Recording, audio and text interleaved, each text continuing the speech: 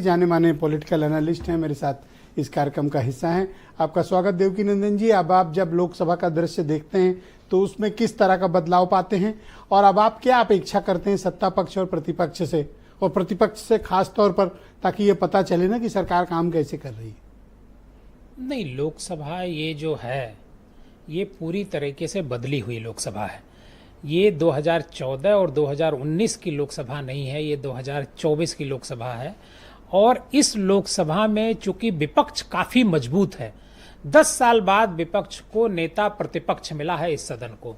इससे पहले सरकार ने नेता प्रतिपक्ष का पद नहीं दिया, वैसे भी उनका संख्या बल नहीं था, इस वजह से भी नहीं दिया। लेकिन इसी वजह से जो इस बार नेता प्रतिपक्ष जो बने हैं मिस्टर राहुल गांधी, जिनके बारे में अक्सर कहा जाता रहा है कि राहुल जी चुनाव हुआ छुट्टी चले गए, चुनाव हुआ तो यहाँ इटली चले गए, थाईलैंड चले गए, मतलब क्या क्या बातें होती थी।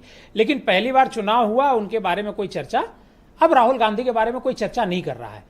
इस वजह से नहीं कर रहा। अब वो पहली बार किसी कॉन्स्टिट्यूशनल पोस्ट पे आए हैं तो अब उनकी जिम्मेदारियों से पता चलेगा कि कितना सीरियस है। कॉन्स्टिट्यूशनल पोस्ट पर आने की वजह से नहीं कोई चर्चा कर रहा है, ये बात नहीं है। बात ये है कि राहुल गांधी ने एक अपना ऑरा खड़ा किया है इन 10 सालों के भीतर, खासकर ये 2024 तो भैया क्या बदला? सरकार वही, प्रधानमंत्री वही, गृह मंत्री वही, लेकिन विपक्ष स्पीकर भी वही, लेकिन विपक्ष बदल गया। और जो बात अभी आपने बदला क्या बदला सबसे बड़ा बदला ये हुआ है कि ये जो संविधान पर जो चर्चा हो रही है, क्या इससे पहले संविधान पर सदन में चर्चा होते सुना आपने इन 10 सालों के भीतर? या इससे 10 साल से पहले जो यूपीए की भी सरकार थी, कभी संविधान पर चर्चा होती थी? कभी नहीं होती थी। दरअसल ये जो संविधान का मुद्दा उठा करके कांग्रेस, समाजवादी पार्टी, जो इंडिया ब्लॉक है, इससे उसको, तो संविधान का नाम सुन के बीजेपी चिढ़ती है क्या? नहीं, मैं ये तो नहीं कह सकता कि बीजेपी चिढ़ती है, लेकिन बीजेपी चूंकि धर्म की राजनीति करती है, धर्म और संविधान दोनों कभी एक साथ खड़े नहीं हो सकते हैं, क्योंकि जो हमारा जो संविधान है वो किसी धर्म से नहीं चल सकता है। बीजेपी धर्म की पॉलिटिक्स करती है, बीजेपी राम की पॉलिटिक्स करती है, लेकिन ये 2024 के चुनाव में संविधान ने एक तरीके से धर्म की पॉलिटिक्स को किनारे किया। हालांकि अब आप विपक्ष को मानते हैं कि वो ज्यादा आक्रामक होगा? बहुत तेज आक्रामक। क्या जिस दिन से सदन शुरू हुआ है, मतलब मैं तो ये कहूंगा कि शपथ के साथ ही आक्रामक हो चुका है। जिस तरह शपथ के दौरान टिप्पणियां हो रही हैं, जैसे अभी आपने शशि थरूर का नाम लिया, इससे पहले पप्पू यादव ने जैसे अपने शपथ खत्म कि उन्होंने नीट का मसला उठाया, मतलब ये सारी बातें एग्रेशन रहेगा और इस एग्रेशन से पब्लिक को लाभ होने वाला है। क्योंकि देखिए, मैं मोहन भागवत जी का एक बयान आपको याद दिलाना चाहूंगा। मोहन भागवत जी ने अभी कुछ दिन पहले, जिस दिन उन्होंने सवाल उठाया इस सरकार को लेकर के, मणिपुर को लेकर के सवाल उठाया, मोहन भागवत जी ने कहा कि हम पक्ष हैं और वो प्रतिपक्ष हैं। जो विरोधी पक्ष कहा जाता है, ये बात गलत है। पक्ष और प्रतिपक्ष, जितनी हमारी रिस्पांसिबिलिटी है, मतलब सत्ता पक्ष की जनता के प्रति, उतनी ही जिम्मेदारी प्रतिपक्ष की भी है सत्ता के प्रति। तो हमको प्रतिपक्ष के साथ मिला करके चलना चाहिए।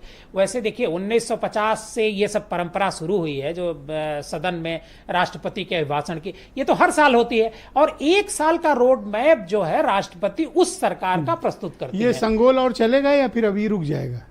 नहीं, ये तो मैं जब संविधान, तो मुझे लगता है कि जो अगला चुनाव होगा 29 तक, या उत्तर प्रदेश, जितने भी चुनाव देश में होंगे, ये संविधान हर चुनाव में सबसे बड़ा मुद्दा पता नहीं मुझे क्यों लगता है कि संगोल का नाम सुन के कांग्रेस भी दखती है और संविधान का नाम सुन के बीजेपी वाले देखिए संगोल मतलब ये कुछ डिस्टर्बिंग टाइप का चीज हो गई है। देखिए क्या है कि संगोल के पीछे बीजेपी की एक पॉलिटिक्स थी, और वो पॉलिटिक्स ये थी, संगोल का धर्म को और स्थापित करने की पॉलिटिक्स थी। लेकिन हुआ वो नहीं चला।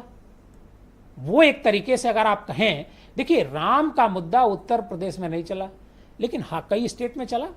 आप उड़ीसा में देखिए, उड़ीसा में भारतीय जनता पार्टी को जो सफलता मिली है वो क्यों मिली है? इसी राम की वजह से मिली है। तो उत्तर प्रदेश में यह मुद्दा नहीं चला, लेकिन कई और स्टेट में चला। मध्य प्रदेश में चला राम का मुद्दा, मध्य प्रदेश में जो पॉलिटिक्स में, गुजरात में चला, छत्तीसगढ़ में चला, उत्तराखंड देखिए, उत्तराखंड में चला, ये सारे जगह चला, बीजेपी ने जीत ली। लेकिन उत्तर प्रदेश में नहीं चला, जहां राम आते हैं, जहां इतना बड़ा भव्य मंदिर का निर्माण किया गया। यहाँ क्या चला? यहाँ संविधान चला। अच्छा, तो यहाँ जो संविधान चला, उस संविधान मैं देखता हूं कि अखिलेश यादव का जितना भी पॉलिटिकल मूवमेंट इस समय दिल्ली में हो रहा है, अवधेश प्रसाद उनके साथ चलते हैं। अब देखिए, ये तो वही हुआ ना कि हैं, और आगे बिठाए रहते हैं। अब अवधेश प्रसाद मतलब वो जस्ट एक जीती हुई जैसे ट्रॉफी या कप होता है ना कि रखे हैं रखा। बगल में, भाई देखिए ये ताकि और मतलब थोड़ा डिस्टर्ब हो सामने वाले। देखिए अभी क्या है, ऐसा है जो या बिल्कुल आप सही मैं कह थोड़ा रहे हैं। गलत सोच रहा नहीं, हूं? आप एकदम सही सोच रहे हैं। अगर मेरठ की सीट भी समाजवादी पार्टी जीत गई होती तो दूसरे तो जो सुनीता वर्मा बगल तो में सुनीता वर्मा भी अखिलेश यादव के बगल में बैठती। क्यों, किसको हराती वो?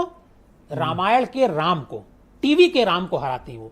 और अयोध्या एक प्रेस्टिजियस सीट इस वजह से रही, फैजाबाद जो लोकसभा सीट है प्रेस्टिजियस इस वजह से भी रही क्या क्योंकि राम अवधेश मंदिर पासी का को देख के बीजेपी ट्रेजरी बेंच डिमोरलाइज होती है? नहीं, देखिए चूंकि ये जो पूरा बेल्ट है अवध का, इसमें बहुत बड़ी संख्या में पासी बिरादरी से लोग आते हैं। लेकिन इस चुनाव में सबसे ज्यादा फायदा भारतीय जनता पार्टी की बजाय पासी में ये अखिलेश भी तो यादव अभी को वही हुआ कह रहे थे। अखिलेश यादव को हुआ है। तो अखिलेश यादव को जो फायदा सच कहने हुआ में है, क्या डर है? नहीं, कोई नहीं। मैं ब्रजेश जी आता हूं, मैं ब्रजेश शुक्ला जी को आमंत्रित करता हूं। ब्रजेश जी, आपका बहुत